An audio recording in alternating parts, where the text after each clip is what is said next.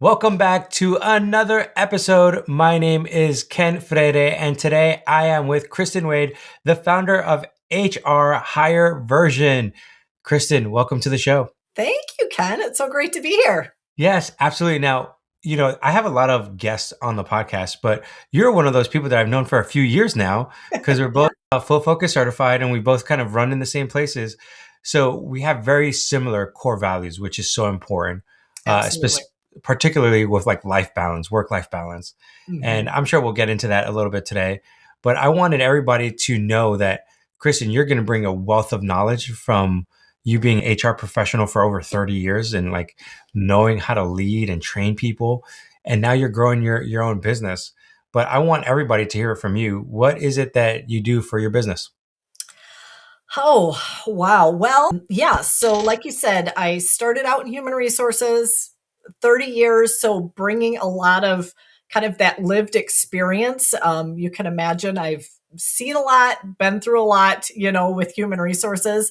So, really just looking to bring all of that experience to working with and helping newly promoted executives, those folks that have really worked hard, really been excited to reach that executive level.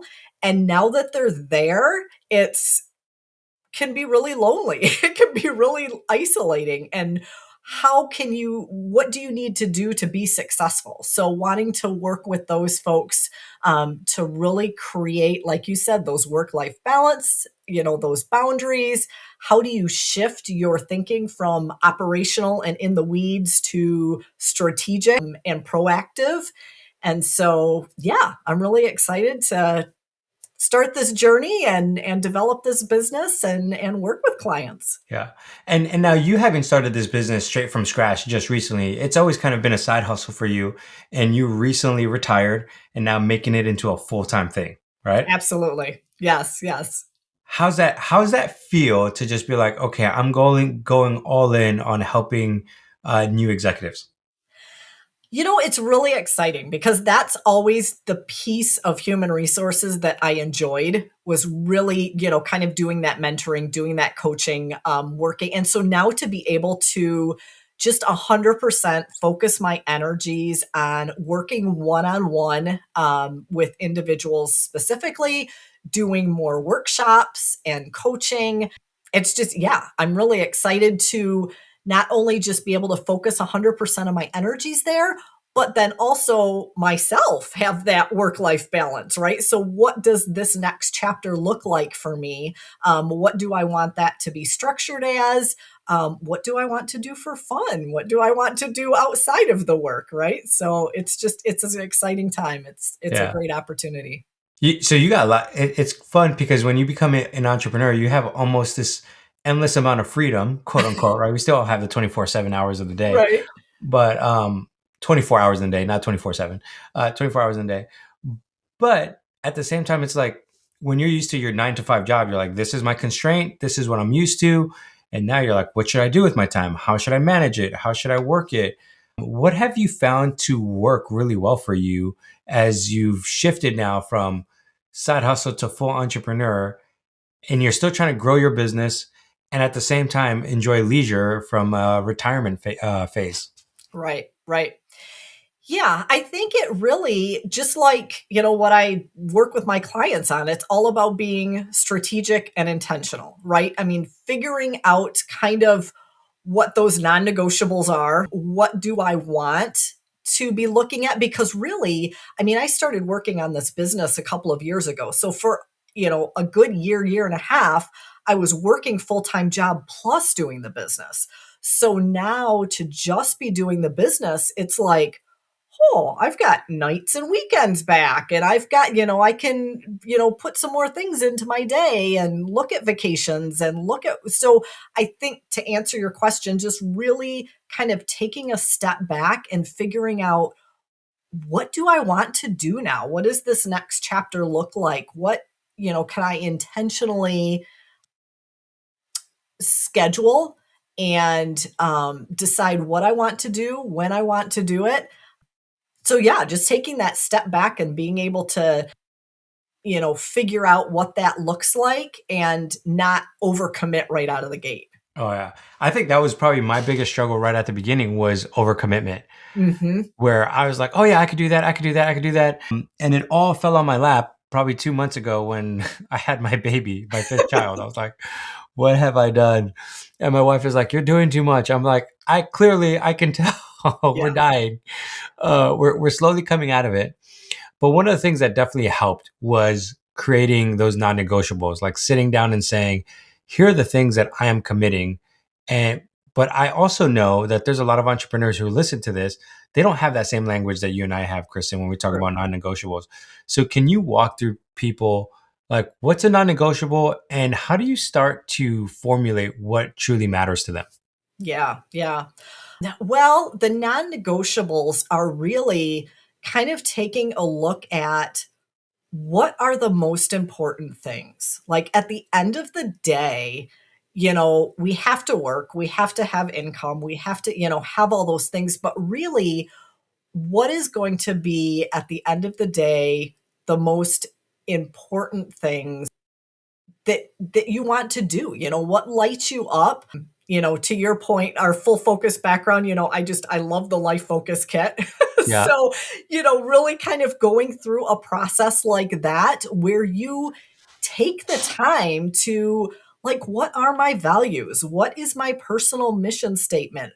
Where am I spending the time? I mean, there's the 9 life domains, and we spend way too much time in just the work life domain a lot of times. So, how can we look at, our friends? Do we have those close friendships? Is that something that's important to us? What are the relationships, from a family standpoint? If we've got kids and spouses, and what does that look like? And, putting the boundaries on your day from a work standpoint, whatever work looks like for you, so that then outside of that time, you not only have time outside of that time, but that you can then focus on hobbies and friends and family and the things that are the most important to you and that don't get lost. Because to your yeah, I mean, if it's not a non-negotiable, then there's too many other things that can take up your day, and things get lost if you don't specifically identify those ahead of time to know this is what matters most.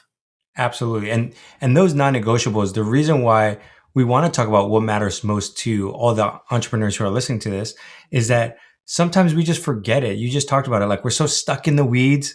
We're just trying to get our job done. We're trying to get like revenue, more revenue. So we're like, let's figure out this next funnel. Let's figure out this next project that you like can almost keep your head down. 20 years later, you look up and you're like, everything that I really cared for is deteriorating around me. Mhm, Your mhm. health, your family, your kids, like all that stuff kind of goes away and you're like, what was I doing?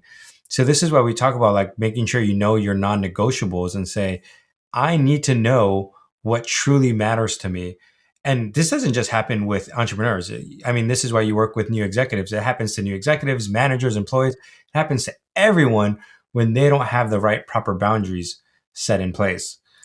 So for you, Kristen, like what are you doing now as you work with new executives? Here's what I have found, and I'm curious what you think. A lot of companies will kind of train some people a little bit on leadership skills, but they're really gifted in their craft. So then they move up to being a manager, then maybe a director. And then from there, they're like, well, we need an executive. They get hired as an executive, but they were actually never trained on the skill sets to be an executive, right? Why then all of a sudden do they say, hey, I think this person is going to be executive material? And Mhm. at what point do they kind of jump in and say, we need to come hire a Kristen to step in and train these people? Yeah, yeah, absolutely. It's like falling up the ladder, Yeah. right? I mean, you were good at your job, and so because you were good at your job, you got promoted, and now the rules have changed, the playbook has changed, and nobody necessarily tells you what the new rules are or what the new playbook is, right? Um, and the higher you get, like you said, the lonelier it is, the more isolating, and the less time the people above you have to train you. kind of at the entry level, it's like somebody's going to tell you what to do, show you your job, show you what to do to be successful. But at that executive level, you really have to figure it out. It's So like assumed almost that you can do it. yeah, exactly. And yeah, you weren't necessarily trained how to be a leader. So exactly, that's where then the CEO, looks at me and says, "Hey, you need to work with this, COO of mine that I just brought in to help them figure out, how to be strategic, how to be intentional, how to earn the respect of their team, all of those executive skills that aren't necessarily just intuitive, but that no one else has the time or ability to train them what to do." Yeah. Kristen, when I think about being an executive, and I've been an executive in different roles in the past now, I remember a mentor of mine having like a framework that said, hey, here's the gap between a director and executive. And this is all the skill sets and competencies you need to know for being an executive. What type of framework do you have to help people who are new that are like trying to figure it all out? And you don't have to give all of it, just kind of a basic high overview of it. Yeah, well, a lot of it is just kind of meeting with the person first, right? And Yeah. figuring out kind of their story, their journey, where they're at, their strengths and weaknesses. I do have an assessment that I use that really then kind of helps hone in on those executive skills to say, this is where your tendencies are. Here's where your leadership pros and cons are, for example, but then this is where you need to be. And so then to have those behavior modification techniques to be able to say, I would naturally, like to keep my head down and do my work and all of that. However, my team needs me to be, more communication and transparency. And so how can we bridge that gap? So really looking at the individual, figuring out where their strengths and weaknesses are, and then helping them kind of figure out what makes sense at the executive level and how do you bridge that gap. Okay, so once you start doing that, how long does it take for you to start seeing results for the executive? Well, the program that I have is 90 days because really, I mean, you got to hit the ground running in a lot of fact, right? We don't Yeah. have 6 months to figure it out. So, 90-day program. However, that said, we can really dive into, the hot fire items first, and within those first couple weeks really start to see, this is what you need to be focusing on, and let's try some of these types of things. And so just that awareness really helps shift that needle quickly. That's awesome. And that's exactly what I think I people need. And this is Mhm. why I bring it up because there's some entrepreneurs who are listening to this and they might be like, "Hey, I may need some executive help Yeah. because I don't know what I'm doing leading my people." Or they might have just hired someone and they're like, "I need help." So I'm like, "Go reach out to Kristen, go hang out with her." For them to just get a brief overview of what you do is super helpful. Now, Mhm. I want to shift gears here, Kristen, because a lot of people who listen to this podcast, they are entrepreneurs themselves. And one of the things that I'm always wrestling with is that the internet is filled with a vast amount of information. And unfortunately, there's a lot of bad information out there Mhm. and unhealthy information, especially when it comes to work life balance or work life integration, right? It's kind of the concept of like, just keep hustling, keep working, keep doing it. And then once you've arrived, which they never define arrival, right? But you've lost your marriage. So that's not cool. Then you should reassess your life. So we both come into a different perspective of like, hey, how do we grow a business where we do have that work life integration? And what does that look like? So I'm curious for you, what are been some principles or strategies you've used to grow your business without burning out? Well, I think, like you said, the biggest thing is just trying not to do everything. Yeah. There's so much information out there. There's so many programs.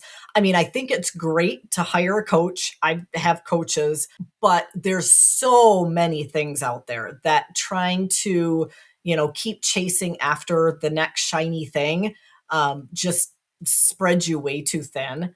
So to try to really dial in like your one problem, your one audience, your one outcome, what are you going to focus on? Get one or two coaches or support programs to help you through that, but really to give yourself grace to kind of start small, start simple, nail down what you do and do well, and kind of that depth versus breadth, come up with that one program and do it really well before you start trying to do too many things and everything at once. To your point, there's just so much out there. Yeah, it's easy to get running from one thing to the next and spiraling and trying to do everything. Yeah. Well, once you kind of knock some sense into yourself and you're like, okay, I should do one thing. What's the one thing that you have found works for you? Um, Really, like I said, just dialing in who are going to be the people that I can help the most and what's the one or two, three big problems that they have and the outcomes that I can help them achieve. Nice. For the people, when you're like, okay, these are the people that I love to work with, how are you finding these people?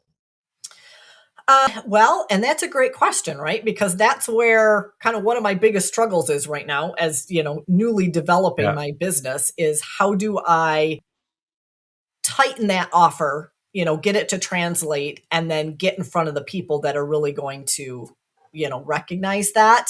So my most successful right now is just my network. So meeting with individuals in my network, having, talking with them about what I'm doing, having them refer me to other people and continuing to have those conversations.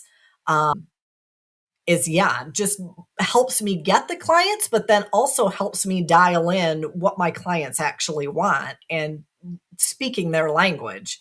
Um, Yeah. yeah, I think that's been the most successful for me right now. That's awesome. One of the things that has helped me a lot is that partnership side of things, right? But it's like, Mhm. how do I connect with people? How do I, like the referrals, kind of what you were saying, and just say like, okay, this is going to be really helpful for me. And the obviously I podcast a lot, so I'm always Mhm. podcasting. I'm always inviting new people. I'm always meeting new people to say these are the individuals that really I would really love to work with, or these are the people that I know I can connect other people with. And it becomes like I become a massive connector with Mhm. people. I'm curious for you, Kristen, as you're thinking about your business and you're like trying new things out, is there something in you that you're like, I know a lot of marketing tactics out there, but there's one marketing tactic that I want to try, but I haven't tried that I'm interested in trying in 2026? Uh, yeah, so I really want to get into doing more workshops. So the workshops that I've done then really seem to be a good way to then organically have those participants Yeah. kind of work further with me, work more one-on-one. I like to value add right out of the gate, right? So the workshops are a good way to, value add, give you some, takeaways, but then also the opportunity to lead into more. And so, what does that look like from a marketing standpoint?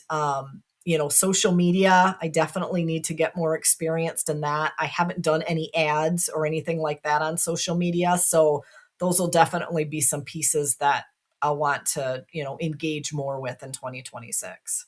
Love it. Kristen, as we wrap up our time here and our conversation, I mentioned to you we do an expert led business report.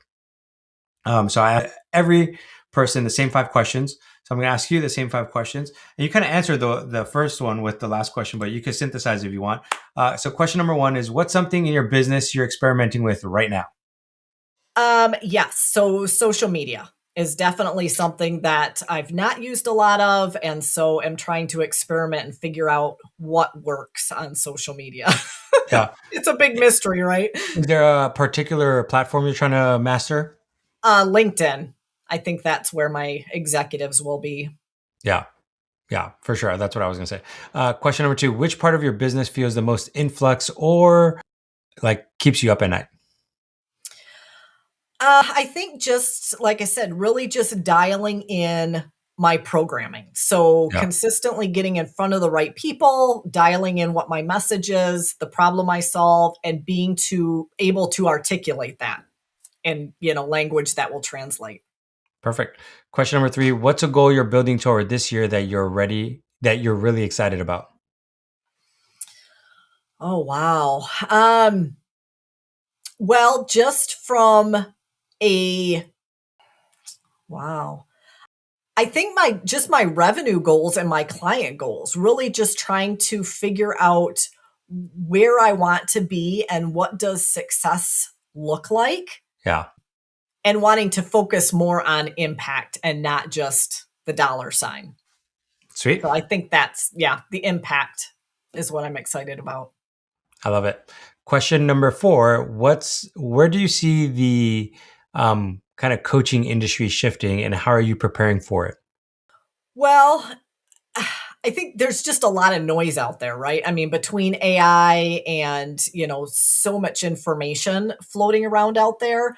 I think it's just making sure that I have a clear point of view, be the expert, pull in my lived experience from human resources, and really just making sure that I can connect with my clients and be strategic and intentional, just like I'm, telling my clients to be. That's what I need to be as well. All right. Last question. What's the legacy you want to leave behind? Oh, I kind of feel like all these answers are tying together, right? So, my legacy that I'd really like to leave behind is just working with newly promoted executives and having them walk away from working with me just having more clarity, having more confidence, being more reassured, and actually being able to succeed at their job, love their job, but then leave it there and be able to have that work life balance and have that success outside of work as well. Yeah, that's what lights me up. See, Kristen, for those people who are listening to this, one, they might be like, I need your training. Or two, they know some people who might need your training. What's the best way to get a hold of you? So LinkedIn, obviously, feel free to email me, Kristen at HRHireVersion.com, and then check out my website, HRHireVersion.com, which I did, a few podcasts of my own. So those are all listed on the website as well. Yeah, love it. Well, Kristen, thank you so much for being on the show, and thank you for everything you're doing. I think that sometimes we can forget, right, how overwhelming life can be, and what skill sets that we need to actually grow ourselves so that we can grow others and then ultimately grow our business. And without doing that stuff, man, we will fall to the shore side every single time Mm-hmm. and realize and wake up one day like we've missed the mark. Yeah. And that's what I really appreciate about you, Kristen, is that you've always been focused on like, how do I just keep helping these new executives actually do what they've been called to do and do Mm-hmm. it well, but also not forsake the things that they love. Yeah. So, Kristen, thank you for doing that. Thank you for just constantly being, an encourager for those individuals. Absolutely. Love it. Thank you, Ken.